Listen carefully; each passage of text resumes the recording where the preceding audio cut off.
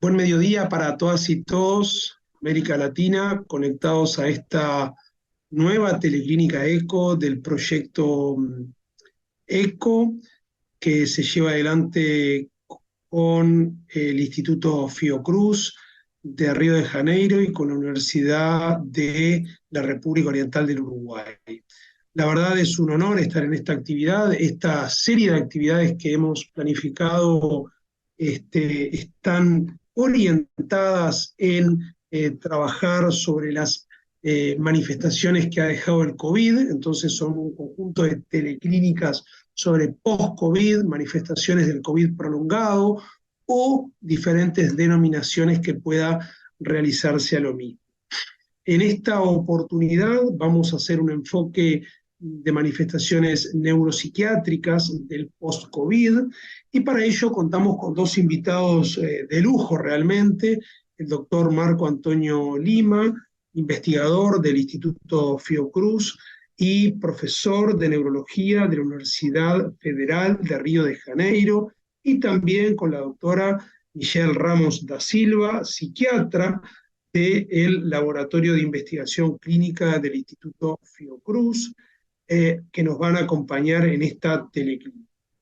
La actividad va a centrarse en un caso clínico muy desafiante que va a presentar inicialmente el doctor Marco Antonio Lima y posteriormente la doctora Michelle Ramos va a hacer sus comentarios desde la perspectiva psiquiátrica. Van a ver que este caso tan desafiante, como comentábamos recién, previo en el backstage, comentábamos que este caso desafía en la medida que interconecta manifestaciones neurológicas, manifestaciones psiquiátricas, está el COVID como denominador común y están otras enfermedades, porque la vida real de la práctica clínica es así, no hay solo una cuestión que explique todo y esa es la medicina de verdad y nos gusta afrontar estos casos de la medicina de verdad. Así que bueno, este caso lo vamos a abordar de esta manera. Dos o tres recomendaciones. Les agradezco a todos los que participen, que tengan su cámara encendida y el micrófono apagado mientras no tienen la palabra para evitar interferencias. Dos, tenemos traducción simultánea castellano-portugués, portugués-castellano, motivo por el cual les voy a pedir a quienes hacen uso de la palabra que hablen lento, pausado, de forma tal que los traductores y las traductoras puedan hacer una traducción de la forma más fiel posible. Tercero, terminadas las presentaciones y el intercambio inicial, vamos a dar la palabra a preguntas que pueden llegar por el chat o bien a preguntas que quieran hacer los participantes levantando la mano y oportunamente les iremos dando la palabra. Por lo tanto, les agradezco que no intervengan sin que les demos la palabra para que no se nos desordene la cuestión, la presentación. Entonces, hechas estas presentaciones formales y teniendo estos dos invitados de lujo, le voy a dar la palabra al profesor de neurología, Marco Antonio Lima, para que nos haga su presentación de este caso clínico tan desafiante. Y agradezco entonces desde ya a los dos invitados de lujo que tenemos por la buena disposición de colaborar con nosotros en estas teleclínicas de COVID prolongado. Muchas gracias. Adelante. Bom dia a todos. Buenos días a todos. Antes que nada, me gustaría agradecer mucho por la invitación. El honor es mío de participar de este proyecto sobre COVID prolongado y la oportunidad de poder charlar con colegas de otros países sobre un mal que nos atacó a todos y que sigue provocando secuelas. Hoy tanto la doctora Michelle como yo vamos a hablar un poco sobre las manifestaciones neuropsiquiátricas. Vamos a empezar con un caso para tratar de explicitar las dificultades que encontramos en el cuidado de estos pacientes y a lo largo de la presentación podremos hablar sobre las principales complicaciones neuropsiquiátricas y el abordaje actual. Voy a compartir mi pantalla.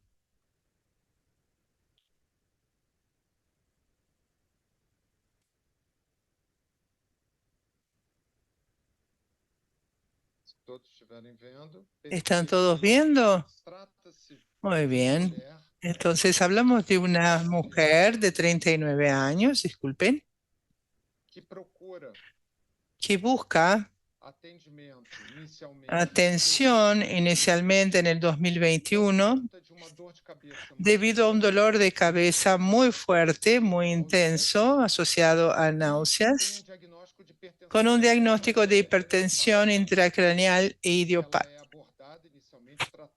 El abordaje inicial, bueno, y tratamiento es en otro hospital, y luego del alta hospitalaria es investigada por un neurólogo que sospecha de COVID.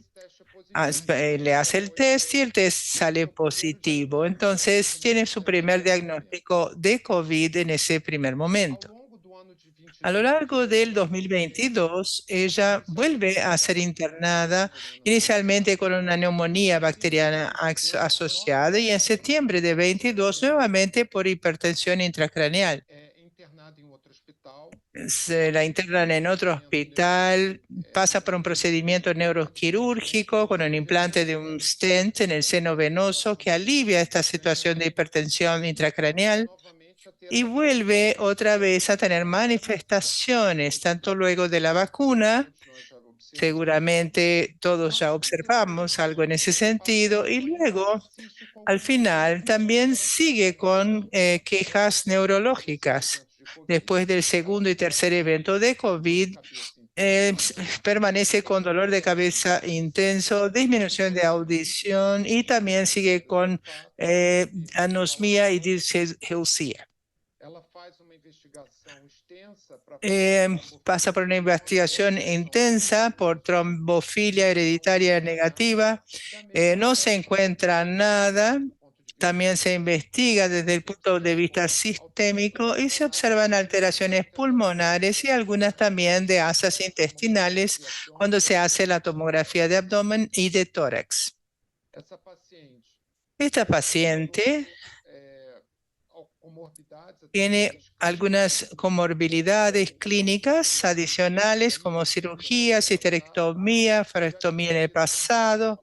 Ya había presentado 2 internaciones por COVID, como mencioné, y utilizaba regularmente antidepresivos, metformina, pantoprazol, aspirinas, pantozepam y ciclobenzamina, además de iramato que se controlaba para la hipertensión intercraneal.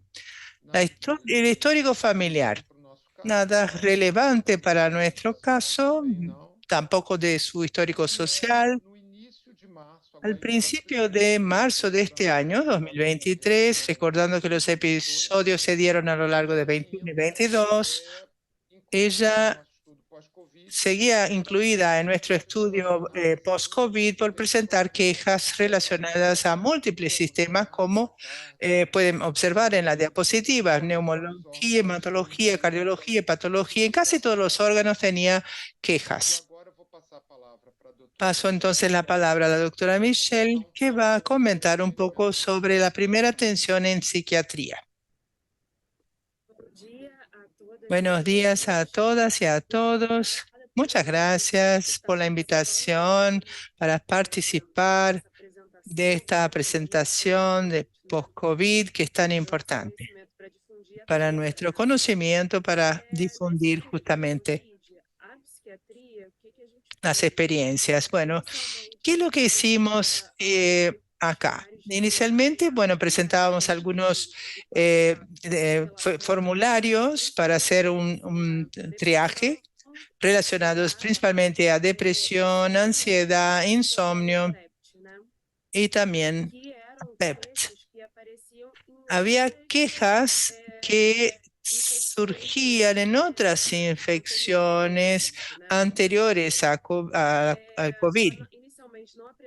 Inicialmente, esta paciente no presentaba quejas espontáneas, pero en la anamnesis dirigida mencionó cansancio, dificultad de concentración, lentitud, tensión, algunas preocupaciones, y lo que llamaba la atención eran algunos episodios en que se despertaba de noche con taquicardia y con flashbacks, tanto de episodios traumáticos, de un episodio traumático en la infancia, con un histórico de abuso sexual, como también de las internaciones por las que había pasado por COVID. En esa escala de monitoreo tenía entonces una trazabilidad positiva para depresión, también para insomnio, tenía un cuadro limítrofe pensando que nos hizo pensar en una intervención y también al resultado positivo para estrés postraumático. Son los puntos más llamativos. En su histórico de vida, su historial de vida, deja un empleo debido a las manifestaciones neuropsiquiátricas de COVID, del COVID, y también para estar más cercana a uno de sus hijos que es autista. Entonces se dedica exclusivamente a su cuidado. Son puntos de su historial de vida que son muy importantes. Estos son los puntos principales presentados al principio. Tenemos esta primera atención, luego tenemos uno más y en su vida luego hubo otros cambios. Su marido se quedó sin trabajo en ese tiempo, entonces hubo un aumento de la ansiedad en esta paciente que no se presentó inicialmente.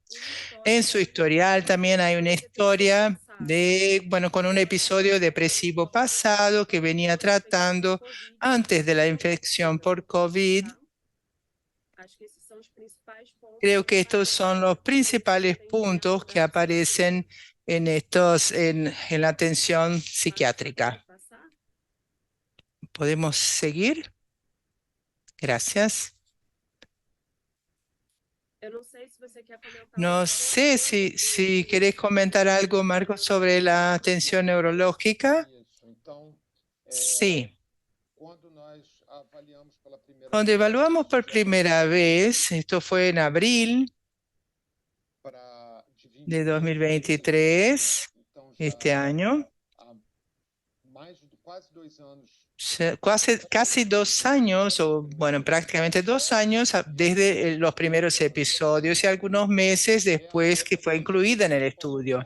Ella seguía entonces con algunas quejas, como hipocondria, disgeusia, cambio del gusto, del olfato, pérdida del olfato y del gusto.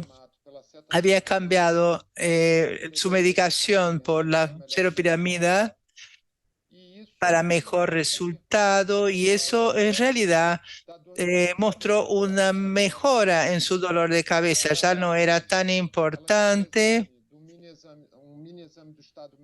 Del examen del estado mental, bueno, no hubo ninguna alteración, fue MMSE de 30 a 30, eso fue un test de screening inicial y su estudio neurológico era ya un estudio normal.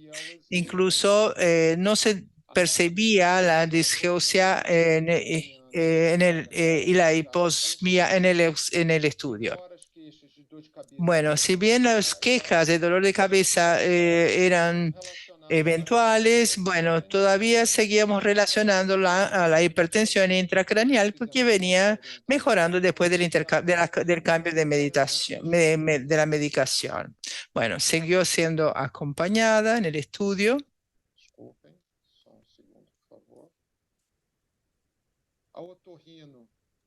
La otorrino, en la parte otorrinológica se observó una pérdida periférica y no hay una disfunción vestibular periférica, pero no hay más datos. Hace un análisis que muestra una disfunción vestibular periférica, como les decía, para lo que se quejaba poco de lo que se quejaba poco en el momento de la consulta.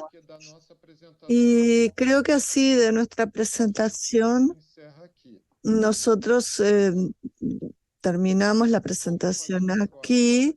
¿Y cómo hacemos ahora?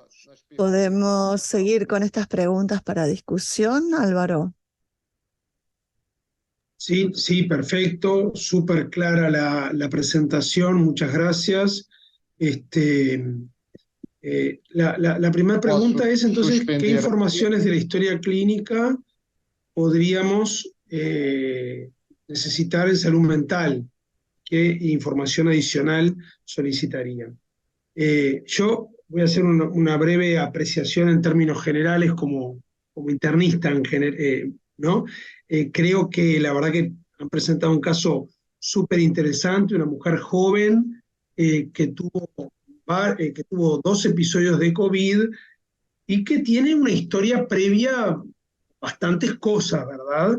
Sobre la cual vienen a aparecer el COVID, o sea, estas intercurrencias, como decimos acá, que son estos 2 episodios de COVID, y en el marco de esos episodios de COVID tiene una cefalea intensa, se detecta la hipertensión endocrinal idiopática, que era lo que llamábamos el pseudotumor cerebral, que afortunadamente responde a la acetazolamida, como ustedes le hicieron, y tiene, por lo que entendí, capaz que no entendí bien, también en estos episodios una trombosis de uno de los senos venosos de la dura madre. ¿Está bien eso? ¿Entendí bien? Que se colocó un stent y ahí se estudiaron las trombofilias, pero no se encontró y quedó como idiopático, quedó como, bueno, en fin. Pero sabemos que el COVID determina un estado protrombótico, y hay varios reportes por ahí de ciertos estados protrombóticos por el COVID, que me parece súper razonable haber estudiado otras causas, pero descartadas esas otras causas, pienso que razonablemente se puede atribuir al COVID, a la intercurrencia del COVID, esa trombosis de ese seno venoso, que parece que se repermeabilizó y parece que de ahí la cuestión está resuelta. Lógicamente, la hipertensión endocraniana sumado a la trombosis venosa son, en mi opinión, 2 factores más que suficientes para explicar la cefalea persistente y severa que tuvo la paciente y que le motivó varias consultas e internaciones. Pero repito, esta hipertensión endocraniana, esta trombosis del seno venoso y esta cefalea se injertan en un contexto de un terreno, como decimos nosotros, de varias morbilidades, hipertensión, una paciente que ya venía tratada con antidepresivos de antes de los COVID y con una historia familiar embromada, delicada, compleja, ¿no? Historia de abuso en la infancia, por lo que entendí, un hijo autista y ella ha dejado de trabajar para dedicarse al hijo, para dedicarse a la rehabilitación del chico, el marido pierde el trabajo en el medio, o sea, le ocurren un montón de desgracias, digámoslo de una manera práctica, que realmente es difícil llevar adelante esto. Entonces, me da la impresión que ustedes la estudiaron muy bien, muy razonablemente, se intervino muy bien y que toda esta peripecia de vida determina, o sea, lo que tiene la paciente es como la suma final de un conjunto grande de cosas que no son pequeñas cosas, son grandes cosas. En la esfera orgánica y en la esfera psiquiátrica, por separarlo de una manera muy ficticia, pero que sirva desde el punto de vista esquemático, didáctico. En fin, me parece que ese primer asunto es el primer análisis que me genera la paciente y que han hecho un abordaje muy, pero muy razonable. No sé, Mariana, ¿qué opinás vos realmente, no? No, sin duda es muy frecuente que veamos pacientes que tienen sintomatología múltiple de muchos parénquimas, donde la parte de los síntomas neuropsiquiátricos están intrincados y a veces es difícil poder discriminar de dónde viene cada uno de los síntomas que presenta la paciente. Sin lugar a dudas, bueno, las trombosis han sido uno de los principales eventos que hemos visto en el contexto del COVID y en el post-COVID. Realmente ha sido una de las complicaciones frecuentes, difíciles y que han generado importante morbimortalidad a estas personas. De hecho, ha sido de las pocas cosas en las que la evidencia terapéutica en el contexto agudo ha sido alta, pero es verdad que en el tiempo subsiguiente al COVID y probablemente no esté determinado del todo, pero hay trabajos que muestran que un año posterior sigue habiendo un aumento de la probabilidad de eventos trombóticos arteriales y venosos en las personas que han presentado infección por COVID y que pueden generar complicaciones a nivel de múltiples parénquimas. Esta paciente tenía otros factores de riesgo adicionales para que eso le aconteciera y probablemente también tuvieron un rol allí con el que se intrincan probablemente esas cosas y que sea difícil estar seguro de cuánto atribuirle a cada una de las causas, pero donde posiblemente las infecciones tengan un rol. Entiendo que el primer COVID había sido 2 años antes de esta situación de la paciente. También es cierto que la historia de vida personal y las complicaciones a las cuales se suma el COVID y la sintomatología posterior son muy importantes.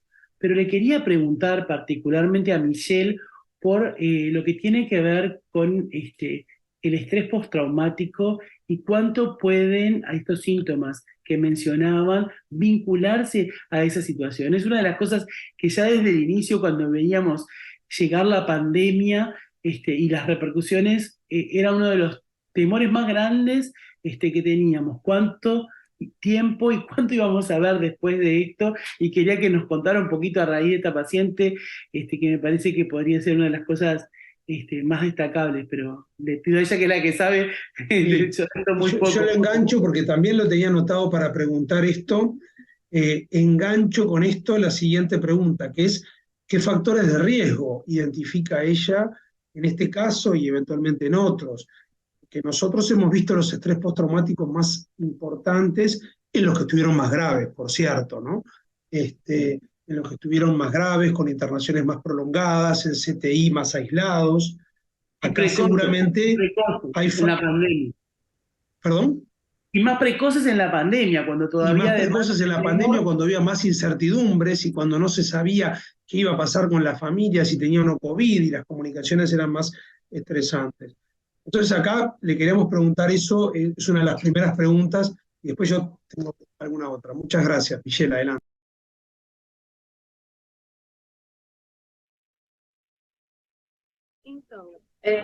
Entonces, en relación al estrés postraumático, en esta paciente tiene un trauma anterior que la predispone a nuevos traumas o a revictimizarse. Entonces, no tenemos cómo saber si ella ya no tenía síntomas anteriores, porque lo que preguntamos en realidad es personas con cuadros mentales limítrofes que no tengan quejas espontáneas en relación y que con la COVID se abren cuadros que de hecho permiten hacer un diagnóstico. Lo que yo creo que es que lo que le sucedió a esta paciente también. Nosotros vimos más estrés postraumático después de la internación.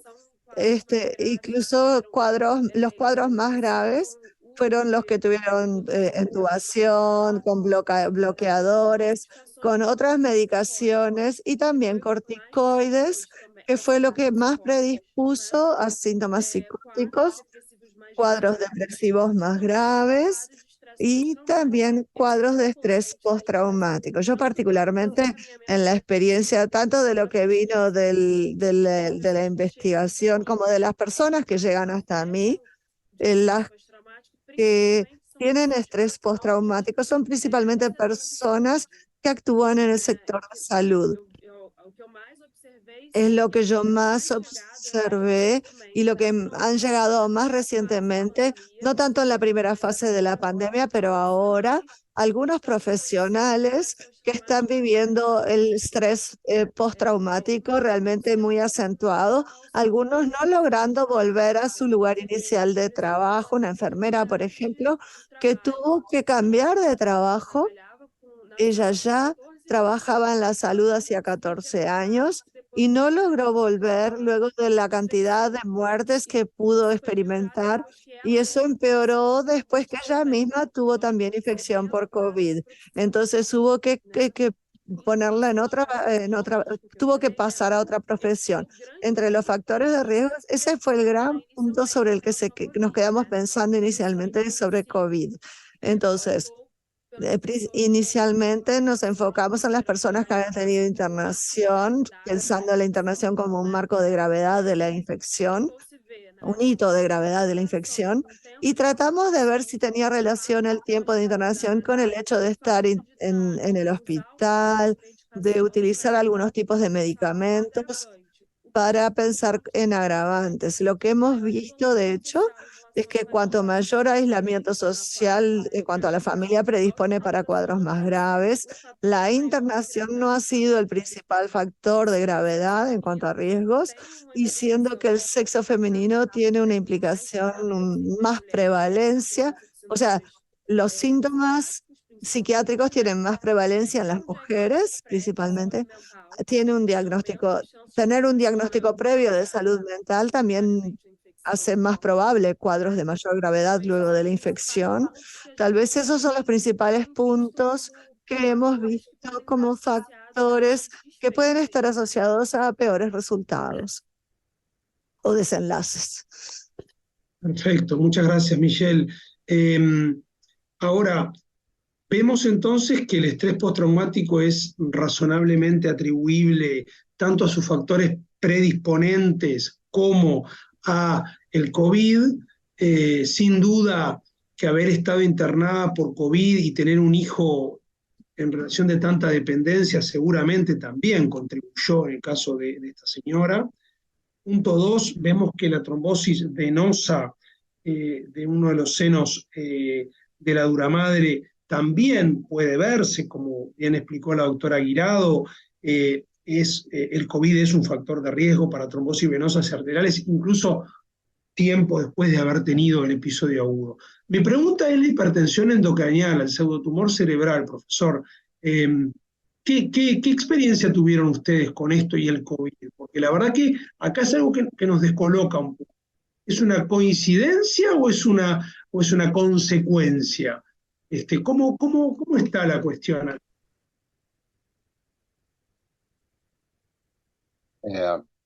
Ótima pergunta. Excelente pregunta. Esta ocurrencia no fue una coincidencia. Nosotros tuvimos en las primeras semanas, cuando estábamos aprendiendo lo que era COVID, porque todos fuimos a aprender corriendo con lo que era COVID, empezamos a observar en Fiocruz varios casos de hipertensión intracraneana que al investigar no encontrábamos obstrucciones, trombosis, nada de eso, y quedaron como casos de hipertensión intracraneal idiopática tratados de esa manera. Respondieron y no había trombosis. A veces podía haber una microtrombosis que no se viera, que estaba en la microcirculación, pero el hecho es que los tres pacientes se trataron de la misma manera que tratamos a todos los demás, con los mismos medicamentos, con derivación neuroquirúrgica, y los pacientes mejoraron. Hasta publicamos un artículo con una manifestación neurológica como hipertensión intracraneana, pero de todos modos, como ustedes dijeron, vimos muchos fenómenos tanto isquémicos como trombóticos del seno venoso. Esta paciente fue tratada inicialmente en otra institución con una técnica neuroquirúrgica avanzada, que es poner un stent en el seno venoso, que es algo que no hacemos con frecuencia, pero que normalmente buscamos hacer con anticoagulantes de manera tradicional, y los pacientes suelen responder bien. Había un temor muy grande de manifestación cerebrovascular.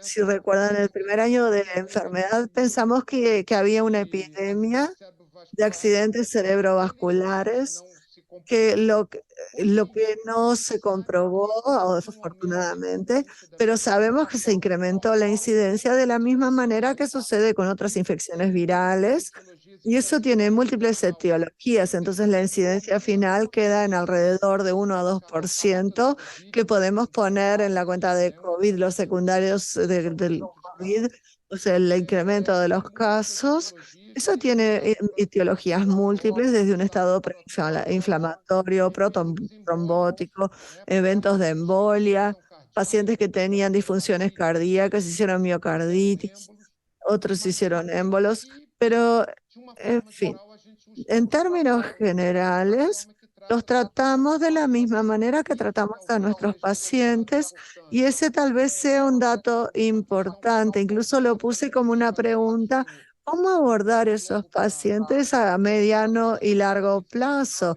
Ya tenemos ahora 2 años, 3 años desde los primeros eventos y tengo la seguridad de que todos nosotros observamos todavía pacientes con manifestaciones neurológicas, el COVID prolongado, que ya está siendo muy prolongado porque habíamos pensado en hasta 6 meses, pero tengo seguridad de que todos ustedes todavía tratan en su práctica clínica cotidiana con estos casos de dolores de cabeza, de alteraciones persistentes de la memoria, y tanto tiempo después nos hace también, como buenos internistas, nos hace verificar otras causas. Yo creo que era eso lo que el doctor Álvaro intentaba hablar al principio de la presentación.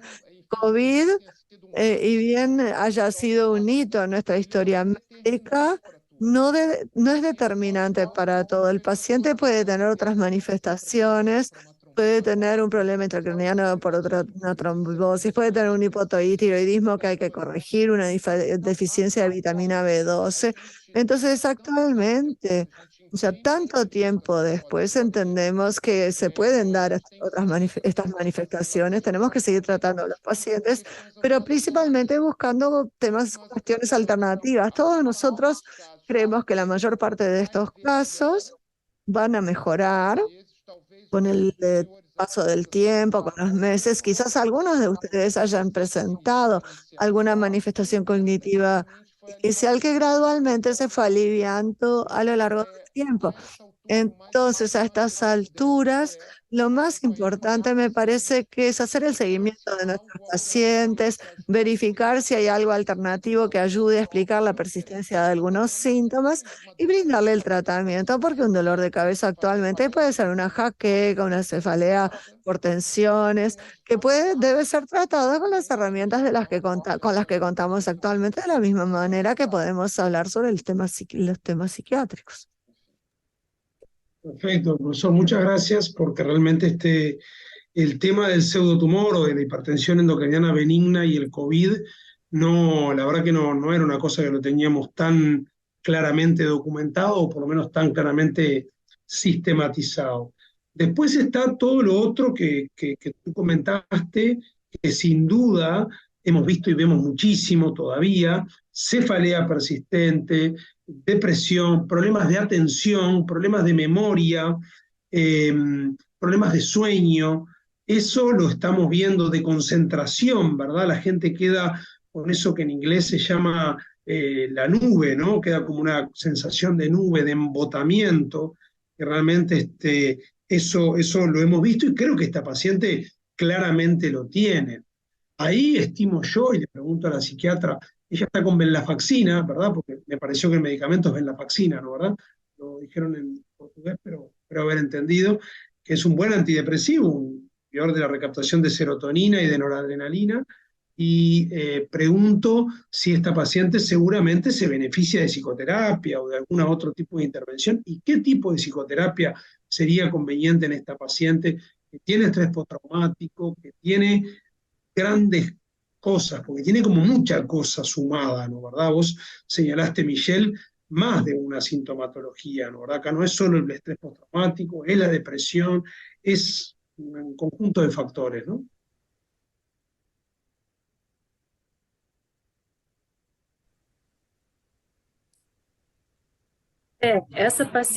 Sí, la paciente sería beneficiada por un abordaje familiar, porque teniendo alguien en la familia con un cuadro mental prolongado, que tiene sus dificultades, no es fácil. De alguna manera, eso ya provoca un desgaste emocional en la persona. Entonces, partiendo de un abordaje familiar continuo, incluso la TCC podría indicarse hacia ella, en el caso, por ejemplo, tiene quejas de sueño que son subliminales, entonces podría ser algo dirigido hacia el sueño específicamente, creo que podría ayudar. Y un punto que me pareció interesante es que ella tiene una queja cognitiva. Y esto queda muy marcado en las atenciones. Las personas tienen quejas cognitivas importantes, pero objetivamente no encontramos una alteración cognitiva que sea relevante. Y una percepción clínica que tengo, lo que más veo, es que las personas que tienen un grado más alto de escolaridad, por ejemplo, ella tenía dos grados universitarios, dos estudios universitarios, esas personas pueden darse cuenta de esa diferencia tan tenue que nos queda marcado en la puntaje de screening.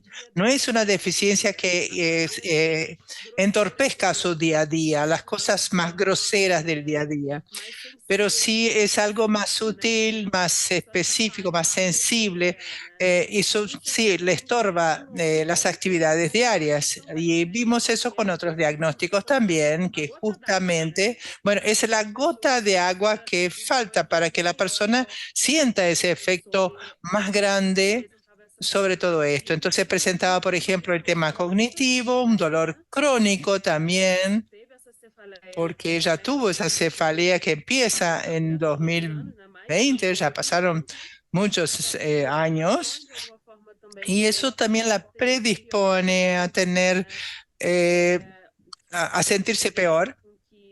Se puede complicar, o sea, su cuadro se puede complicar aún más.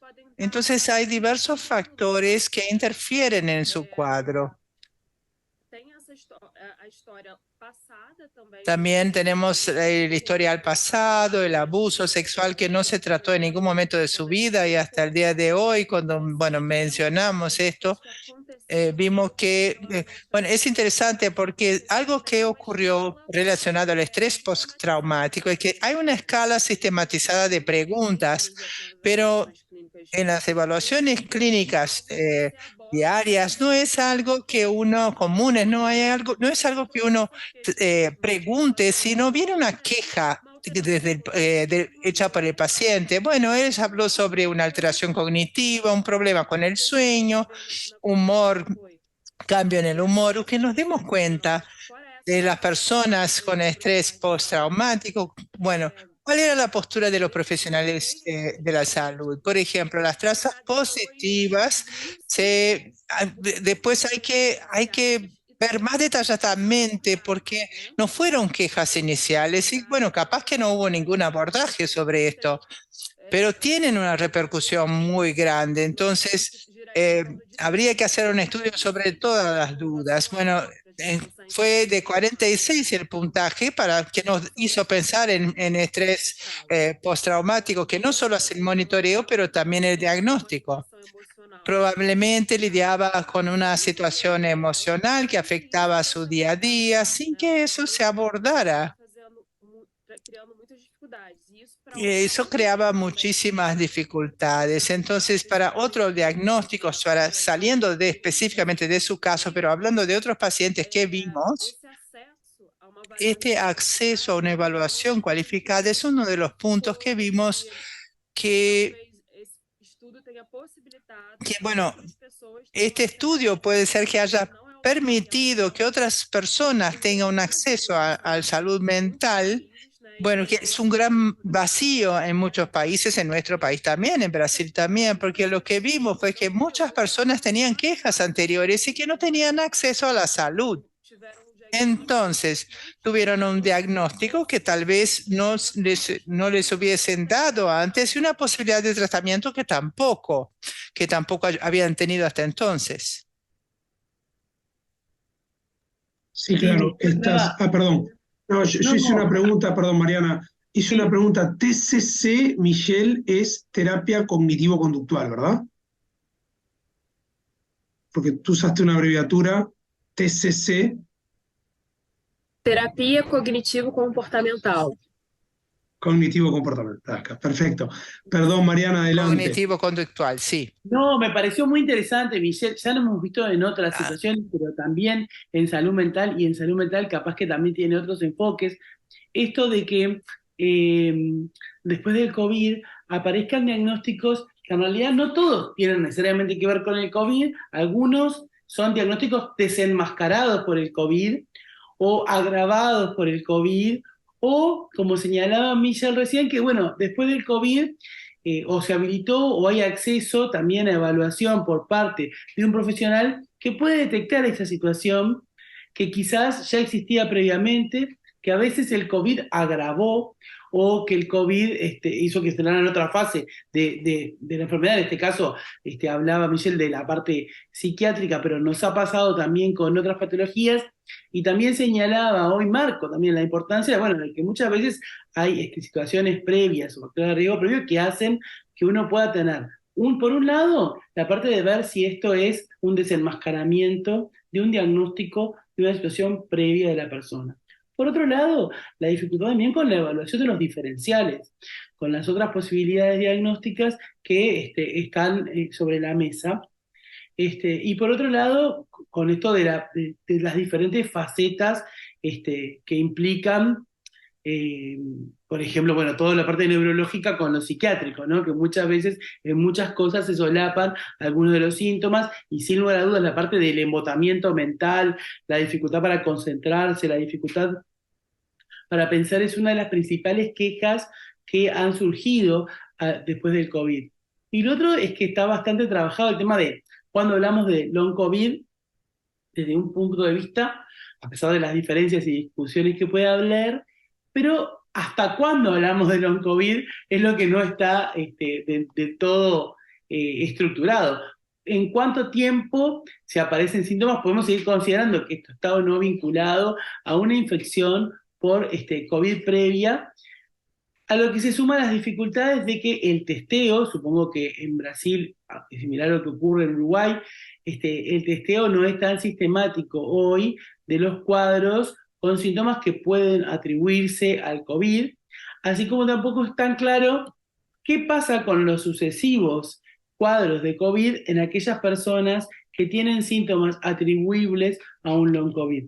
Creo que son muchas cosas que a veces complejizan un poco los planteos diagnósticos, y también los planteos al paciente de qué es lo que le está pasando y qué podemos esperar también en ese contexto, dadas las dificultades que aún enfrentamos de conocimiento en esta área, ¿no?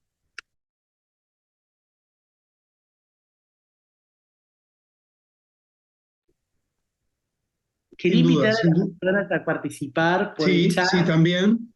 Pero sin duda es muy importante esto que dice Mariana, cómo el COVID en este caso sirvió como desenmascarador de cuestiones previas, porque si ella no hubiera tenido el COVID y los síntomas, capaz que no hubiera accedido a la consulta con salud mental y no se hubieran podido abordar toda esta cantidad de problemas que tiene, que son muy importantes. Y lo último, antes de darle la palabra al público, es que en otras teleclínicas trabajamos mucho el tema de la rehabilitación, porque la rehabilitación física, porque que también le va a servir a esta paciente, porque la verdad absoluta es que ella tiene su índice de masa corporal aumentado, su hipertensión arterial, su dolor crónico, y para su fatiga crónica, y para todo eso la rehabilitación física, además de las intervenciones que hemos conversado, también es súper valioso. Por lo tanto, estos pacientes se benefician indiscutiblemente de un abordaje multimodal, donde,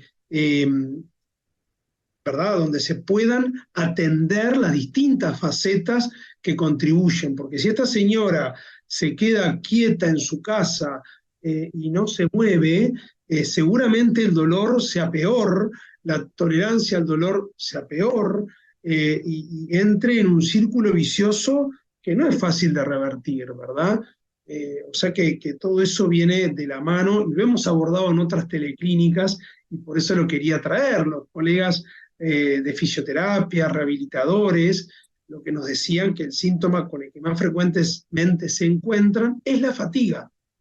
Y la fatiga es un síntoma multidimensional, o sea, es físico, es de la salud mental, es neurológico, es muscular, etc.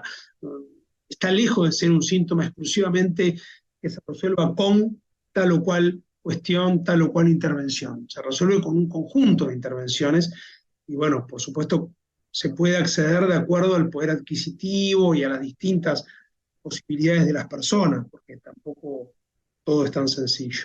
Le damos la palabra al público que quiere intervenir, nos van quedando 10 minutos y también tenemos a Michelle y a Marco Antonio si quieren aportar algo más de esto.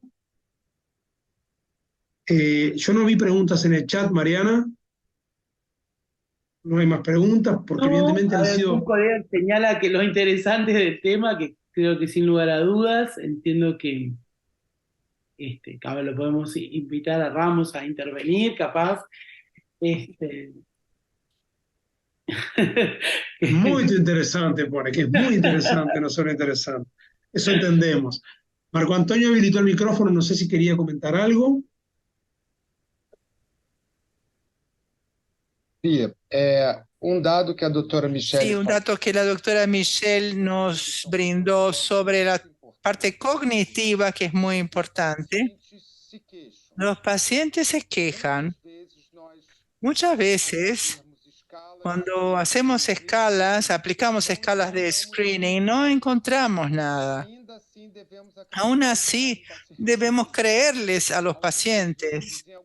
Algunas veces, en algunas situaciones, principalmente cuando hay un impacto en las actividades del día a día, la persona se desarrolla mal en el trabajo, rinde menos en la escuela, tiene dificultades interpersonales por todas esas alteraciones cognitivas. Si es posible que haga un test neuropsicológico, en algunas situaciones observamos situaciones de atención, concentración, que se puede trabajar otra vez cuando hacemos fisioterapia. Bueno, también podemos hacer terapia cognitiva. Eso puede ayudar y podemos conversar con nuestros pacientes para que puedan progresar en esa parte. O sea, no porque algo se vuelve crónico, porque hacemos algunas preguntas, que podemos tomar eso como una verdad inmutable. Bueno, no olvidémonos de esto. Algunas veces podemos ser activos, aparte del ejercicio físico, tanto para los temas psiquiátricos como para los temas neurológicos. Esto está muy relacionado con la memoria en el futuro, con la mejora en la atención, en la concentración. Entonces se puede promover salud, mejora en la salud de distintas maneras, no solo quedarnos como observadores de la situación. Podemos influir activamente en el pronóstico. Otro detalle importante es que las personas preguntan cuántos estudios hacer o qué tan extensos deben ser los estudios, resonancia, estudios avanzados. No, una buena anamnesis, buen estudio físico es más que suficiente. Los estudios adicionales van a venir si hay sospecha de un cuadro adicional. De lo contrario, debemos hacer una buena evaluación clínica. Al principio pedíamos distintos estudios de imágenes que venían invariablemente normales. Entonces podemos tener otro abordaje siendo proactivos. Hay varias medidas no farmacológicas que nuevamente podemos ayudar a promover la salud. ¿Y el estudio neuropsicológico, cuánto tiempo después del episodio agudo lo harías? Porque una cuestión que es importante, lo decía Michelle también, es cuánto intoxica el episodio agudo al estudio neuropsicológico. Entonces, digo, porque la rehabilitación está claro que cuanto antes mejor, pero digo como para que el estudio neuropsicológico me dé una idea real y no influenciada por lo que le pasó. Ótima pergunta. Excelente pregunta. Yo esperaría por lo menos 3 meses. ¿Por qué? Porque hay un estado preinflamatorio, en un estado preinflamatorio, claro, seguramente muchos de nosotros tuvimos COVID y nos sentimos muy mal muchas semanas después, Entonces todavía es una persistencia de aquel estado proinflamatorio. Entonces, luego de 3 meses, si todavía tengo quejas y son impactantes, eso también es importante. Algunos pacientes dicen, yo no era el mismo, pero lentamente estoy volviendo a quien era. Yo no haría nada, solo lo observaría. Pero nuevamente, 3 meses después sigue muy incómodo. Yo creo que vale la pena una evaluación, por lo menos una consulta con un especialista o una evaluación formal sobre la memoria. Si eso muestra algo que vale la pena hacer un seguimiento, entonces un test neuropsicológico puede ayudar, pero esperaría por lo menos 3 meses.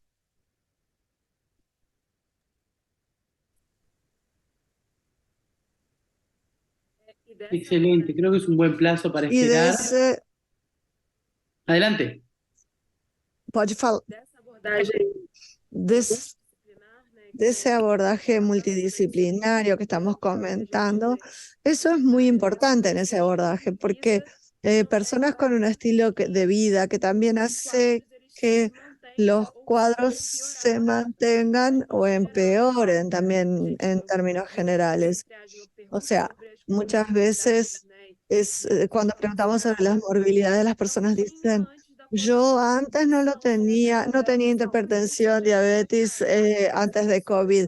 Nunca te habías diagnosticado, pero en realidad son personas obesas que no hacen ejercicio, que tienen historias familiares, que tienen todo para tener la enfermedad, pero se lo atribuyen a la COVID porque para algunos de ellos fue el primer momento que fueron al médico en muchos años. Entonces, ese es un aspecto importante y para pensar en una evaluación, las principales quejas que surgen independientemente de las escalas, que para mí son de insomnio aislado, independiente de otros diagnósticos psiquiátricos, y dolor. Esas son las dos principales. Y eso surge tanto cuando hacíamos las evaluaciones con 30 días, con 60, un año y medio. Eso se ha mantenido como las principales quejas.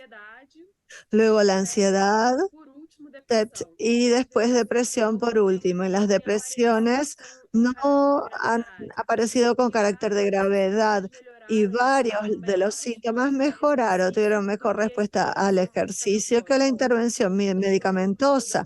Entonces, muchos cambios en el estilo de vida, la rutina del sueño, porque mucha gente no tiene rutina del sueño.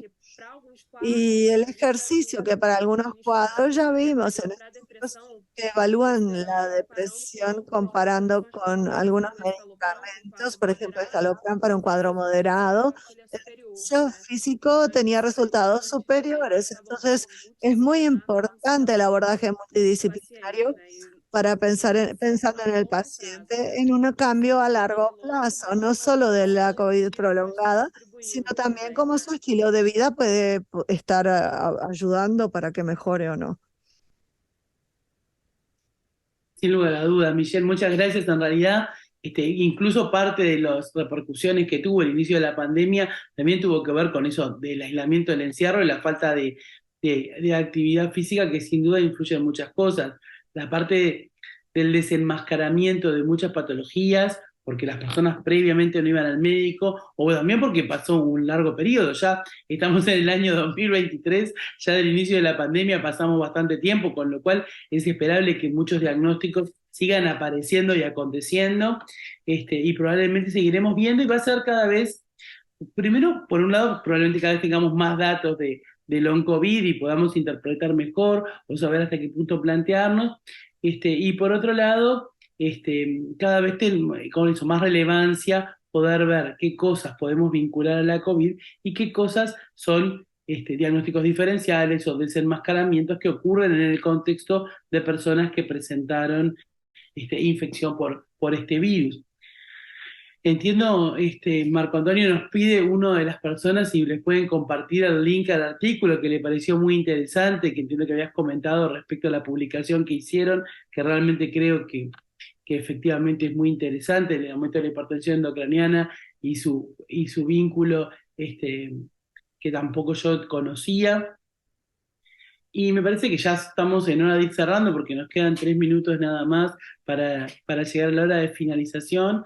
Creo que el caso fue muy interesante por la gran variabilidad de síntomas que presentó la paciente con afectación que sin lugar a dudas fue neurológica y psiquiátrica, con parte de las afecciones que probablemente tengan un vínculo directamente relacionado al COVID y con otras causas que probablemente, como señalaba particularmente Michelle, tuvieron que ver con desenmascaramiento o la falta de asistencia a situaciones como vías previas que no habían sido capaz que adecuadamente atendidas y que en este contexto cobraron también otra relevancia, y bueno, y que también sirvió de disparador para que eso pudiera acontecer, ¿no?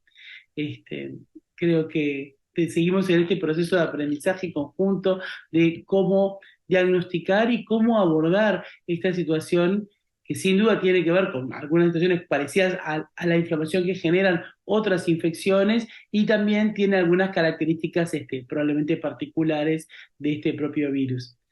Y Marco Antonio le compartió, muchas gracias, el link al artículo que mencionaban.